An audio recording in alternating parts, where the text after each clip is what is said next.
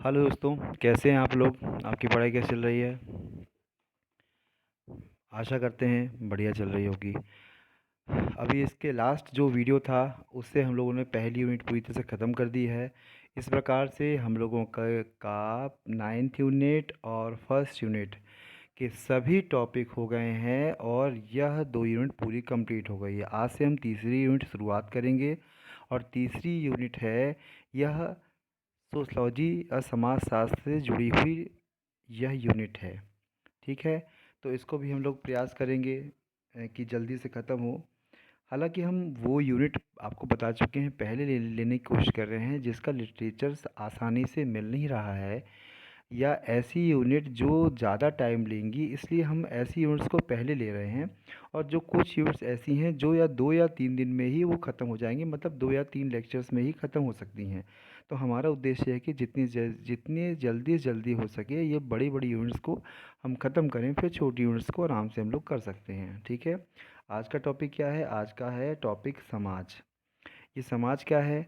यह जो unit start कर रहे हैं उस यूनिट का यह फर्स्ट भाग है। कौन सी यूनिट है। यह हम लोग इंडियन सोसाइटी, भारतीय समाज पढ़ रहे हैं। इस भारतीय समाज का पहला टॉपिक है समाज की अवधारणा। इसमें दो चीज़ पढ़ेंगे, पहली बात तो प्रकार पढ़ेंगे और विशेषताएं पढ़ेंगे। तो पहली बात तो हमको क्या पढ़ना है, आज हम समाज क्या है ये पढ़ेंगे, उसकी विशेषताएं क्या हैं ये पढ़ेंगे, और उसके नेक्स्ट जो वीडियो होगा उस वीडियो में हम लोग पढ़ेंगे उसके प्रकार। ठीक है, तो आज से स्टार्ट करते हैं हम लोग समाज। देखिए, जो भी आप लोग पढ़ रहे हैं प्लीज़ हम आपसे बार बार कहते हैं कि वीडियो को देखते टाइम ही आप एक नोटबुक अपने हाथ में रखिए, एक पेन रखिए, और साथ में आप इसके वेरी शॉर्ट्स नोट्स ज़रूर बना लीजिए, जिससे आपको रिवीजन करने में एग्ज़ाम के टाइम में दिक्कत ना हो, और एक ही टाइम में मतलब एक ही 2 घंटे में आप पूरा रिवीजन कर सकें यदि आपने वेरी शॉर्ट नोट्स बनाए होंगे। ठीक है, तो प्लीज़ आप लोग ज़रूर बनाइए, क्योंकि हम हमेशा कहते हैं ये नोट्स आपके सबसे यूनिक हैं, और किसी भी तरह के कोई भी बुक, कोई भी वीडियो, कुछ भी किसी अदर के नोट्स उन सब से बेहतर होते हैं आपके खुद के बनाए हुए नोट्स। तो प्लीज़ आप ऐसे ही नोट्स ज़रूर बनाइए जिससे आपके लिए आगे दिक्कत किसी प्रकार की ना हो। ठीक है, चलिए हम लोग आज स्टार्ट करते हैं समाज। देखिए, समाज सब हम सुनते हैं, समाज सुनने से हमारे आसपास का वातावरण जो हम आप लोग रहते हैं वो दिमाग में आने लगता है। लेकिन एक समाज शास्त्रीय संकल्पना, यदि उसकी परिकल्पना देखें वो कैसा है, उसके विषय में हम लोग देखिए ध्यान से पढ़ते हैं। ठीक है, समाज। समाज का अर्थ प्रायः व्यक्तियों के समूह से लगाया जाता है, परंतु समाज वास्तव में मनुष्यों के पारस्परिक संबंधों का जाल है। मतलब देखिए, समाज क्या है। समाज जनरली हम लोग क्या सोचते हैं कि आसपास हमारे पड़ोस, हमारे ज़िले में रहने वाले लोग, या लोगों का एक समूह, वो एक्चुअली ये कहलाता है लोगों के हिसाब से समाज। और सामान्यतः लोग बोलचाल की भाषा में भी इसे समाज की श्रेणी में लाते हैं। लेकिन वास्तव में समाज है क्या। एक समाज शास्त्र की दृष्टि से देखा जाए और वास्तव में सही भी है, समाज शास्त्र में समाज का तात्पर्य ये है जब मनुष्यों के आपस में पारस्परिक संबंध, सामाजिक संबंध होते हैं और उसका जाल होता है, यही कहलाता है क्या, समाज। क्लियर हुआ। समाज एक्चुअल क्या है। समाज मतलब आपस में यदि एक दूसरे से सामाजिक रूप से लोग जुड़े हैं तो वह कहलाएगा आपका समाज। क्लियर हुआ ना। ठीक है, अब हम लोग आगे बढ़ते हैं।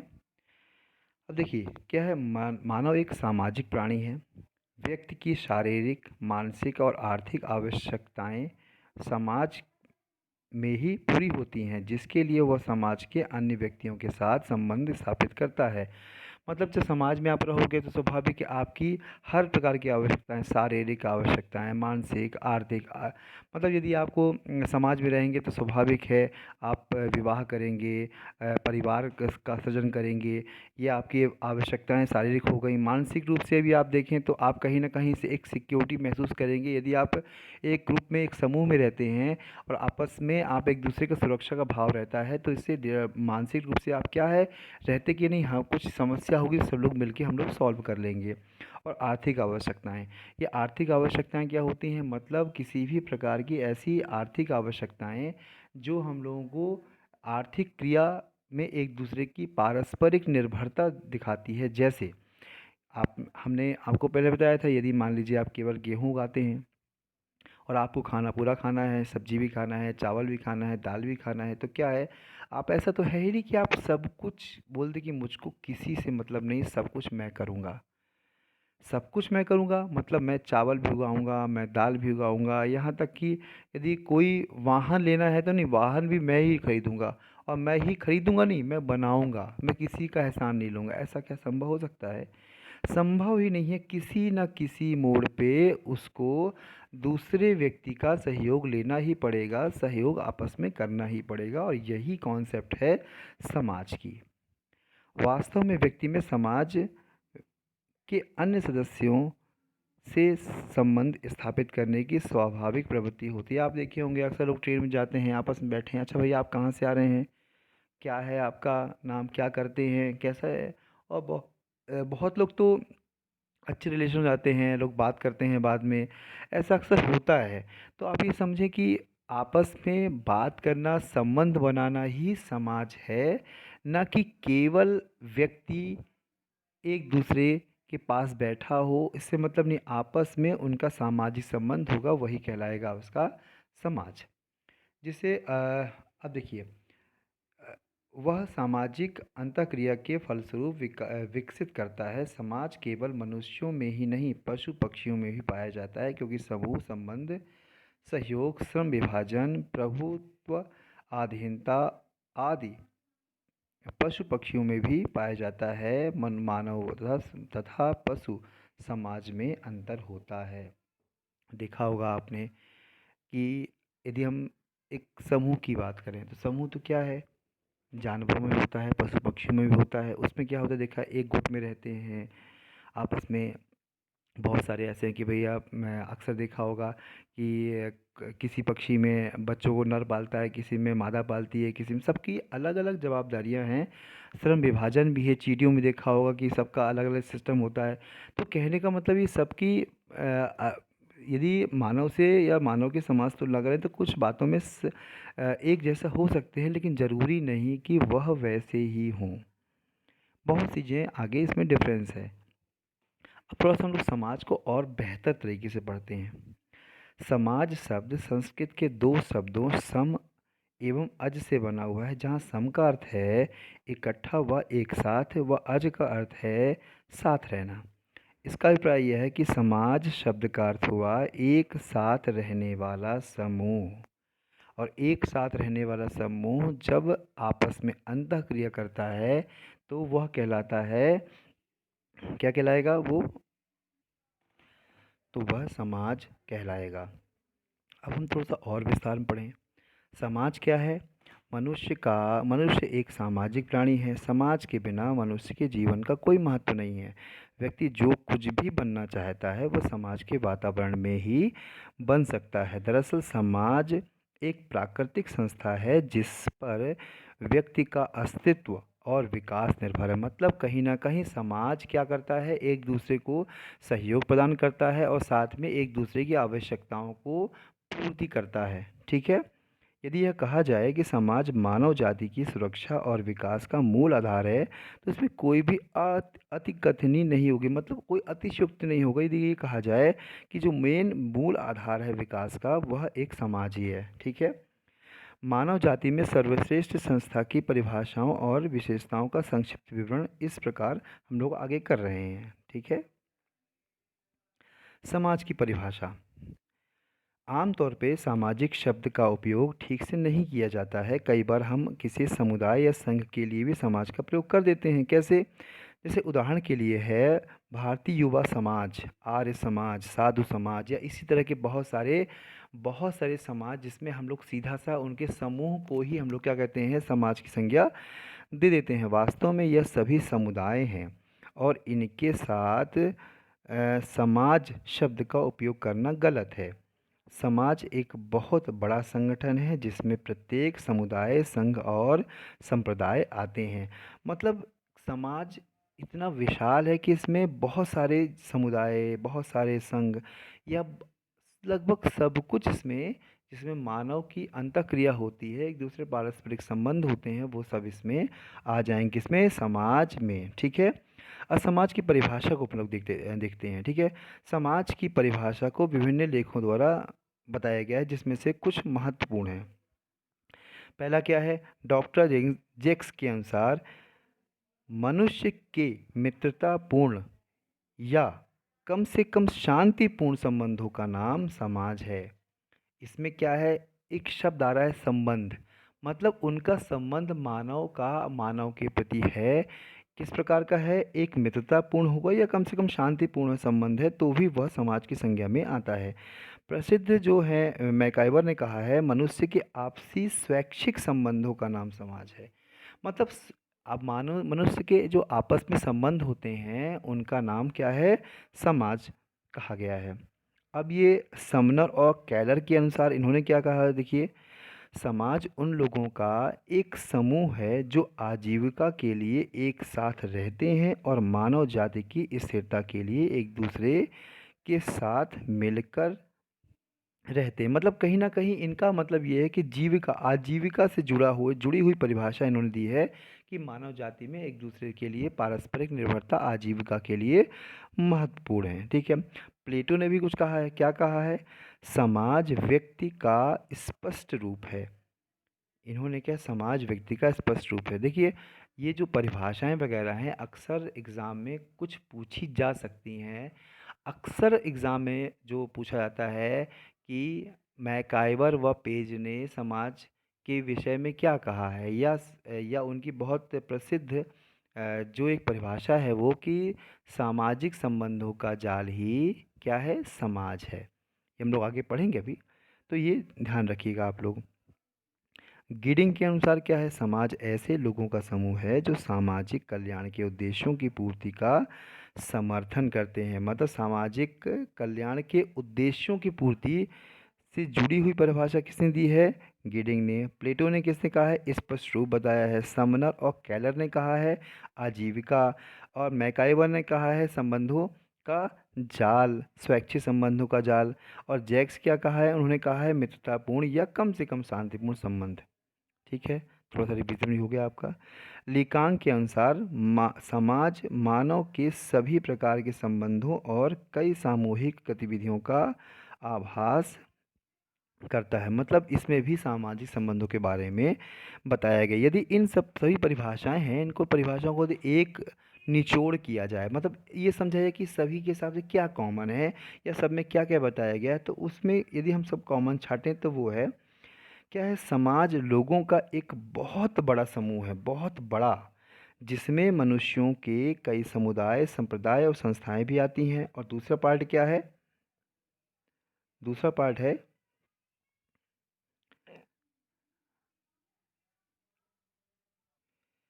जो दूसरा भाग है वो मानव अपने सामाजिक हित और अन्य हितों को पूरा करने के लिए कई संस्थाएं बनाता है। ये सभी संस्थाएं समाज का हिस्सा है। मतलब अब हम लोग देख रहे हैं कि समाज का जो रूप है बहुत वृहद है, सभी कॉन्सेप्ट इसके अंदर आ रहे हैं और समाज के बाहर सामान्यतः कुछ नहीं है।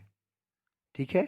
अब संक्षेप में कह सकते हैं कि समाज उन समुदायों, संप्रदायों और संस्थाओं का एक समूह है जिसके द्वारा व्यक्ति अपने सामाजिक हितों को पूरा करता है और जो अपने आपसी संबंधों को नियंत्रित करता है। ठीक है। अब देखिए, जो मैकाइवर पेज हैं उनकी अवधारणा बहुत प्रसिद्ध है, इसलिए इन अवधारणा को थोड़ा सा हम विस्तार से पढ़ेंगे। पहले तो पढ़ेंगे उनकी परिभाषा क्या दी हुई है, फिर उसके विषय में उनकी और कॉन्सेप्ट क्या है वो पढ़ते हैं। समाजशास्त्र में मैकाइवर एवं पेज की अवधारणा बहुत प्रचलित है, बताया था हमने आपको ना। इसके अनुसार समाज रीतियों एवं कार्य प्रणालियों की अधिकार, सत्ता एवं पारस्परिक सहायता की अनेक समूहों तथा श्रेणियों की मानव व्यवहार के नियंत्रणों तथा स्वतंत्रताओं की एक व्यवस्था है। इस सदैव परिवर्तनशील जटिल व्यवस्था को हम समाज कहते हैं। क्लियर हुआ। यह सामाजिक संबंधों का जाल है और यह हमेशा परिवर्तित होता रहता है। आप ये समझिए, हमने पहले ही शुरुआत में कहा था आपसे कि यह सामाजिक संबंधों का क्या है, जाल है, और जो बहुत प्रसिद्ध इनकी परिभाषा है। अब देखिए आगे बढ़ते हैं हम लोग। आपने समाज को सामाजिक संबंधों का जाल अवश्य कहा है, लेकिन साथ ही उन आधारों अथवा महत्वपूर्ण तत्वों का उल्लेख भी किया है जिनकी सहायता से सामाजिक संबंध एक जटिल व्यवस्था का रूप ग्रहण करते हैं, एक सामाजिक संरचना को निर्मित करते हैं। इस परिभाषा के आधार पर मैकाइवर एवं पेज ने समाज के निम्नलिखित महत्वपूर्ण आधारों या तत्वों पर प्रकाश डाला है। मतलब कहने का मतलब ये है कि इन्होंने कुछ तत्व बताए हैं जो एसेंशियल पार्ट है, मतलब कहीं ना कहीं एक समाज के एसेंशियल पार्ट हैं जिसके विषय में उन्होंने बताया है। क्या है देखिए, पढ़ते हैं हम लोग। पहला तो है रीतियाँ। रीतियाँ या प्रथाएं सामाजिक प्रतिमान का एक प्रमुख प्रकार है। ये समाज के निर्माण में आधार के रूप में कार्य करती हैं। मतलब कहीं ना कहीं समाज में जो रीतियां हैं वो समाज को जोड़ने के लिए और उनको फंक्शन करने के लिए, चलाने के लिए बहुत महत्वपूर्ण भूमिका निभाती रही हैं। समाज में व्यवस्था बनाए रखने में यह महत्वपूर्ण भूमिका निभाती हैं। सामाजिक जीवन के विभिन्न पहलुओं से संबंधित अनेक रीतियां पाई जाती हैं, जैसे खान पान, रहन सहन, वेशभूषा, विवाह, धर्म, जाति, शिक्षा आदि से संबंधित रीतियां। मतलब ये सब कहीं ना कहीं समाज को जोड़ने के लिए है। ये रीतियां व्यक्ति को विशेष तरीके से व्यवहार करने के लिए प्रेरित करती हैं। मतलब आप देखा होगा बहुत सारे समाज होते हैं, उनके अलग अलग प्रकार के व्यंजन होते हैं। कोई कैसे खाता है, किस प्रकार खाने का तरीका अलग है, किसी का बनाने का तरीका अलग है। तो सबका एक रीतियां हैं, जिन रीतियों के आधार पर वो क्या करते हैं, ऐसे समाज का निर्माण करते हैं। ठीक है, अब देखिए आगे आते हैं। दूसरा क्या है, कार्य प्रणालियाँ। प्रणालियाँ मैकाइवर एवं पेज ने सामूहिक रूप से कार्य करने की प्रणालियों को संस्थाओं के नाम से पुकारा है। सामूहिक रूप से जो प्रणालियाँ होती हैं, संस्था, सबसे प्रसिद्ध संस्था कौन सी है, विवाह। विवाह एक संस्था है, आपको पता है। विवाह एक संस्था है जिसमें बहुत सारे कार्य प्रणालियों के मिले जुले स्वरूप को ही क्या कहते हैं, विवाह कहते हैं। इन्हीं के माध्यम से एक समाज विशेष के लोग अपनी विभिन्न आवश्यकताओं या उद्देश्यों की पूर्ति करते हैं। एक समाज में व्यक्तियों की सभी क्रियाएं सामान्यतः इन कार्य प्रणालियों के अनुरूप ही होती है एवं इन्हीं से नियंत्रित होती है। प्रत्येक समाज की अपनी विशेष कार्य प्रणालियाँ होती हैं जो जो अन्य समाजों की कार्य प्रणालियों से भिन्न होती है। मतलब सबका एक अलग अलग सिस्टम होता है। तीसरा पॉइंट क्या है इनका, अधिकार। अधिकार को सत्ता या प्रभुत्व के नाम से भी जाना जाता है।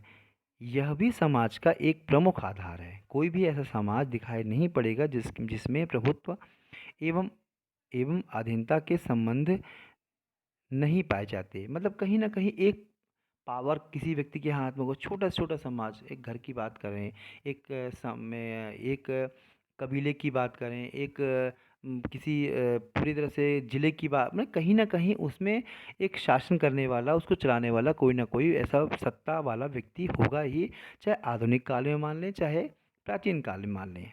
ठीक है, तो इसमें भी अधिकार शब्द उपयोग होता है। हम लोग जो पढ़ रहे हैं ना, ये तो मैकाइवर की कॉन्सेप्ट है कि समाज में क्या क्या तत्व होते हैं। कार्य भी होता है, सहयोग भी होता है, रीतियाँ भी होती हैं, और ये अब देखने से पारस्परिक सहयोग, मतलब एक दूसरे को पारस्परिक रूप से क्या है, सहयोग करना भी समाज का एक बहुत इसेंशियल और महत्वपूर्ण पार्ट है। अब नेक्स्ट क्या है, समूह एवं उपसमूह। समाज अनेक समूहों एवं विभागों या उपसमूहों से मिलकर बना होता है। अन्य शब्दों में हम कह सकते हैं कि प्रत्येक समाज में अनेक समूह, समितियां, संगठन आदि पाए जाते हैं जिनकी सहायता से व्यक्तियों की विभिन्न प्रकार की आवश्यकताएं पूर्ति होंगी। मतलब कहीं ना कहीं मनुष्य अपनी आवश्यकताएं पूर्ति करने के लिए कुछ तो कोई होना चाहिए, उसके बाद जब कुछ होगा तभी तो वो अपने कार्य को बेहतर तरीके से कर सकता है। ठीक है, अब देखिए नेक्स्ट क्या है इसमें। नेक्स्ट है मानव व्यवहार पर नियंत्रण।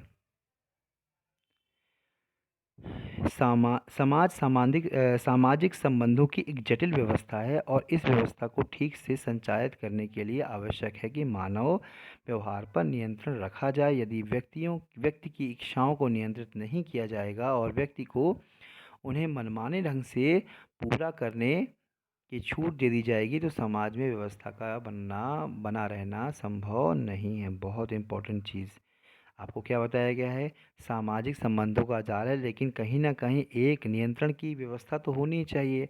आज भी कोई अपराध नहीं करता है तो उसका उसका डर एक ही होता है कि यदि अपराध नहीं करेंगे, उसका कारण ये है क्योंकि यदि हम करेंगे तो हमें सज़ा मिलेगी, सज़ा मिलेगी तो हमें दिक्कत होगी, दिक्कत होगी तो हम आगे समाज में खड़े नहीं हो सकेंगे या समाज में हमारी प्रतिष्ठा में ठेस पहुंचेगी। तो ये सब नियंत्रण होने के कारण लोग अपराध करने में या ऐसे वो काम करने जो समाज के विरुद्ध हैं करने में डरते हैं, और यह एक बहुत महत्वपूर्ण टॉपिक है।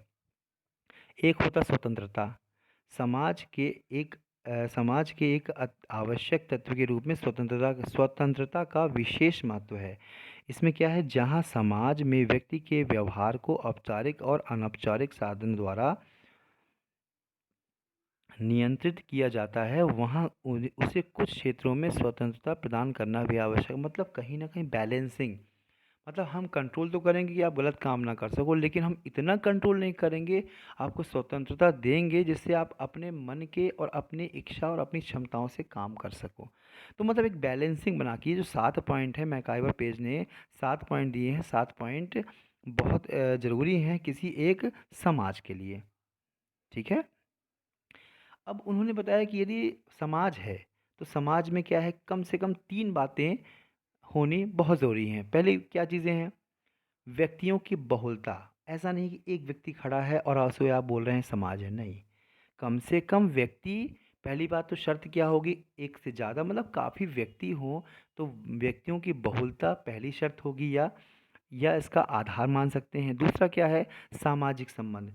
व्यक्ति बहुत सारे हैं लेकिन यदि उसमें आपस में अंतःक्रिया नहीं है, एक दूसरे से पारस्परिक संबंध नहीं है, तो वह दूसरा और तीसरा पॉइंट इसमें काम नहीं आएगा, तो वह समाज की श्रेणी में नहीं आएगा। 3 पॉइंट हो गए। पहले तो समूह होना चाहिए, समूह होना चाहिए। ठीक है। फिर दूसरा क्या होना चाहिए, इसमें पारस्परिक संबंध होना चाहिए, और तीसरा क्या होना चाहिए, सामाजिक अंतःक्रिया होनी चाहिए। मतलब पहली बात तो संबंध भी हो, सामाजिक संबंध, और अंतःक्रिया भी हो, मतलब एक दूसरे से बात व्यवहार भी हो। यह एक प्रकार से, ये एक व्यक्ति द्वारा नहीं हो, दोनों पक्ष बराबर अपने काम को कह सकें, बोल सकें। ठीक है, ये हो गया। अब समाज के निर्माण की आवश्यक दशाएं, थोड़ा सा आप समाज को समझने की कोशिश करें। जिसने कभी समाजशास्त्र नहीं पढ़ा है उसके लिए बड़े ध्यान से आप समझिए। हम लोग जो समाजशास्त्र में ये पढ़ रहे हैं और आगे भी इस यूनिट पढ़ेंगे, वह केवल अपने समाज है और समाज से जुड़े हुए जो भी पक्ष हैं उसको ही हम लोग पढ़ेंगे, और आपको अच्छा लगेगा। आप ध्यान से बस समझिए, देखिए क्या है। तो बहुत अच्छी हम लोग के बीच की बात है कि समाज क्योंकि हम लोग से बना हुआ है, इसलिए आपको पढ़ने में बड़ा अच्छा लगेगा। ध्यान से बस पढ़िए, मन लगा के पढ़िए आप। ठीक है। समाज के निर्माण की आवश्यक दशाएं। सामाजिक संबंधों की स्थापना में समाज का निर्माण होता है, परंतु समाज के निर्माण के लिए सामाजिक संबंधों के साथ साथ एक निश्चित व्यवस्था भी जरूरी है।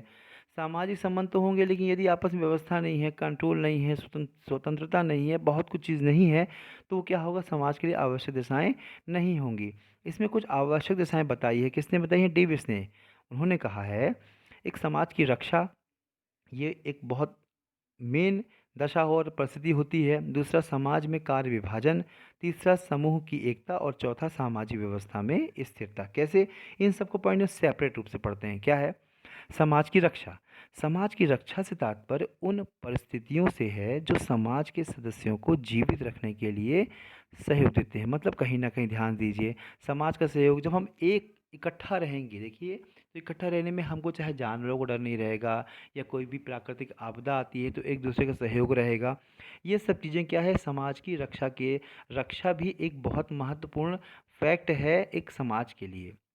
और एक कह सकते हैं कि उन परिस्थितियों का निर्माण जिससे समाज इकट्ठा बनता है, वो क्या है, पहला क्या है, समाज की रक्षा। दूसरा क्या है, समाज में कार्य विभाजन। अब कार्य विभाजन तो होगा ही, एक समाज है, समाज में आप ध्यान से देखिएगा कि सभी काम अलग अलग है ना। कोई व्यक्ति कपड़ा बना रहा है, कोई खाना के लिए अन्न उगा रहा है, कोई अन्न की प्रोसेसिंग कर रहा है, कोई आपके लिए पेट्रोल या इस तरह के वाहनों का निर्माण कर, मतलब सबका काम बड़ा बटा हुआ है, और सभी एक दूसरे के सहयोग से अपने काम को पूरा करते हैं। ये समाज में कार्य विभाजन बहुत आवश्यक है। और एक नेक्स्ट है समूह की एकता। मतलब जब हम लोग को एकता होगी, बीच में सहयोग होगा, अब सहानुभूति होगी, अपनत्व होगा, ये भी भावना होनी चाहिए, समूह की एकता होगी तो हम लोग बहुत बेहतर तरीके से एक समाज का निर्माण कर पाएंगे। और समाज का निर्माण तभी हो सकता है जब इस तरह की सहयोग की भावना, स्वतंत्रता, और एक प्रकार से आप देखें तो उनमें आपस में सहयोग की भावना भी होनी चाहिए। और नेक्स्ट क्या है, सामाजिक व्यवस्था में स्थिरता। समाज को संगठित रखने के लिए ऐसी दशाएं होनी चाहिए जिसमें समाज में स्थिरता एवं निरंतरता बनी रहे। इसके लिए समाज को व्यवस्थाओं और नियमों की आवश्यकता होती है एवं उसके संचालन के लिए कुशल नेतृत्व भी होना चाहिए।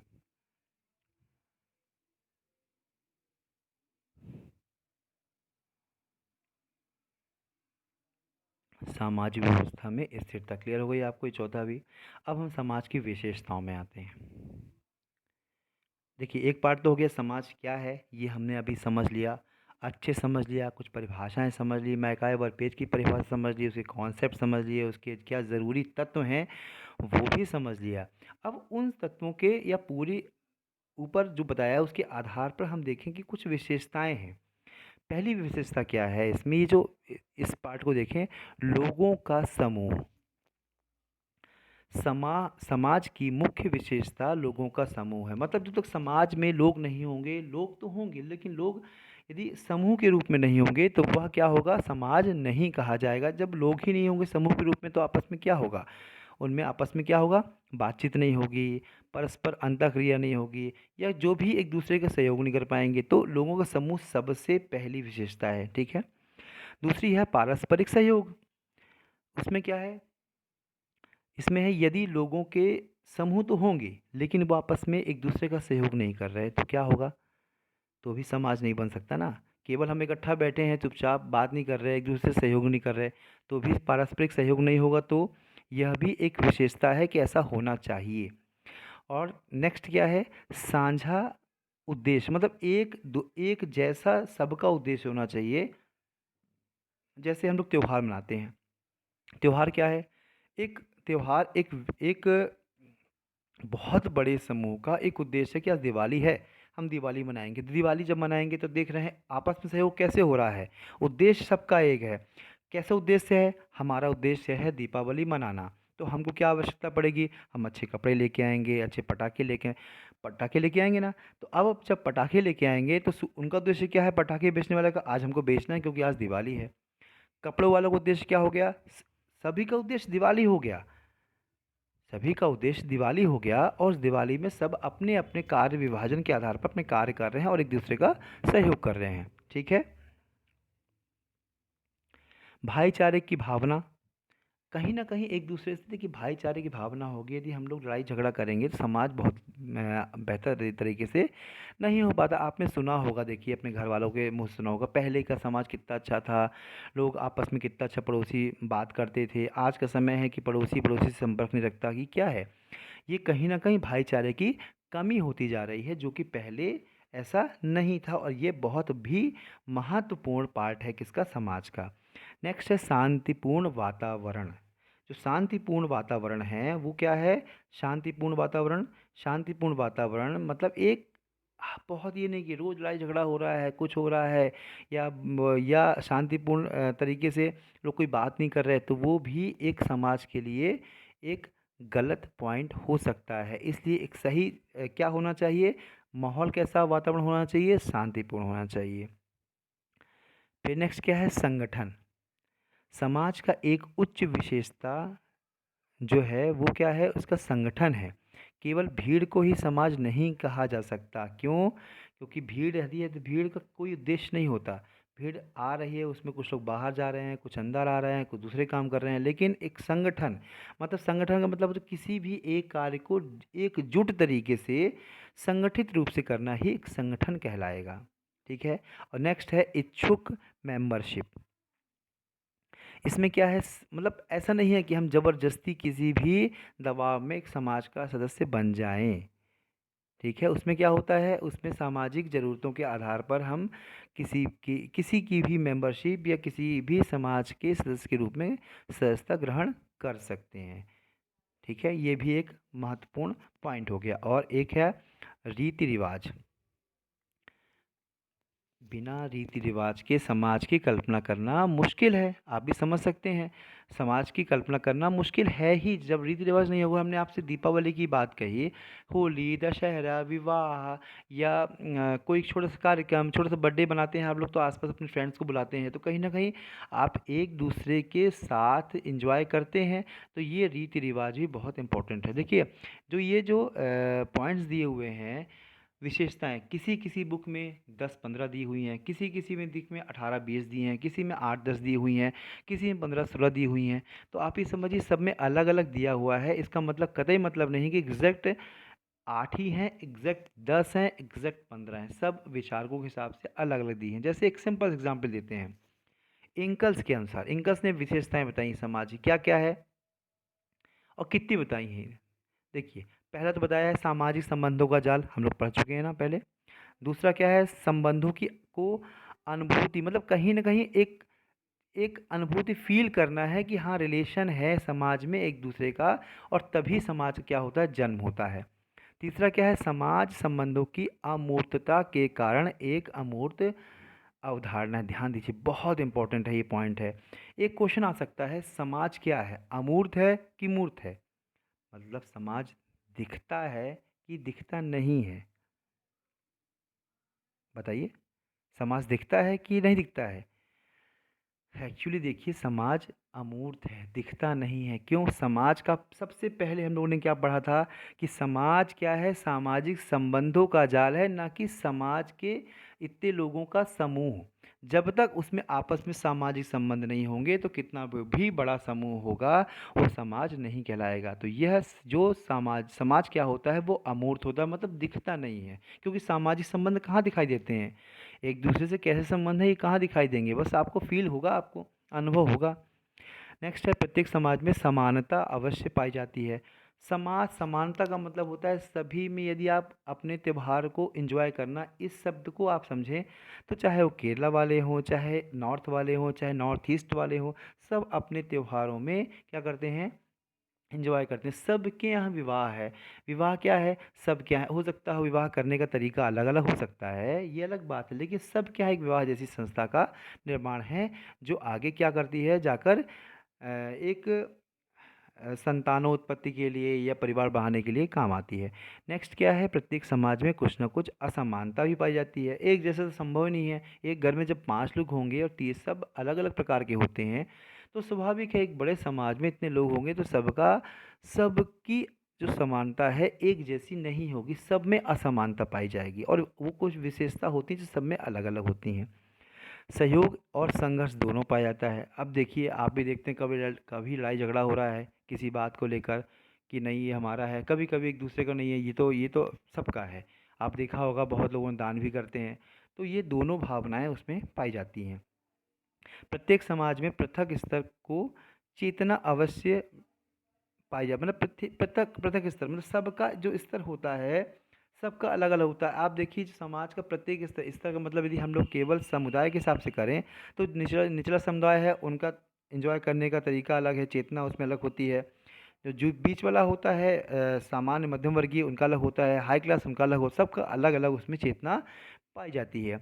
प्रत्येक समाज को अपनी संस्कृति हो की अपनी संस्कृति होती है, मतलब सभी कल्चर होता है, सभी का शादी करने का तरीका अलग है, विवाह के बाद की जो प्रोसीजर होती है अलग होती हैं, या अन्य संस्कार होते हैं वो भी अलग तरीके से करते हैं। तो सब में अलग अलग संस्कृति पाई जाती है। प्रत्येक समाज संगठन और विघटन का संकुल होता है, मतलब एक दोनों प्रक्रियाएं बराबर चलती हैं, किसमें एक संकुचन भी होगा, मतलब इस संकुल एक दूसरे से जुड़ते भी जाएंगे लोग और उससे दूर भी होते जाएंगे।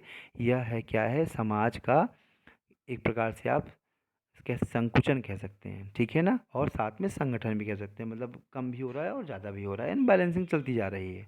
क्लियर हुआ? देखिए, इसमें इन्होंने 9 बताए, 9 विशेषता। इसके पहले हमने 8 पढ़ी। एक दूसरे विचारकों ने 16-17 भी बताई हुई है, अलग अलग बुक्स में लिखा हुआ है। तो आप ये कंफ्यूज मत होइएगा कि किसी में 18 दिया हुआ है विशेषता, किसी में 10 दी हुई है, किसी में 5 दी हुई है। तो हमको ये बिल्कुल भी समझना नहीं है, हमको बस ये देखना है कि मुख्य मुख्य विशेषताएं हम लोगों ने पढ़ ली, समझ लीजिए। अब नेक्स्ट और लास्ट टॉपिक में आते हैं हम लोग। सॉरी, इसका एक पॉइंट और था, समाज का सार्वभौमिक अवधारणा।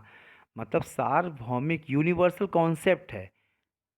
समाज का एक यूनिवर्सल कॉन्सेप्ट होगा ही जो सभी में एक जैसा होता है, ये भी एक विशेषता है। मतलब 10 इन्होंने बताई, ऊपर हम लोग 8 पढ़ा, कुछ जगह 10 या 15, और ये हम लोग अब देखिए लास्ट है एक समाज।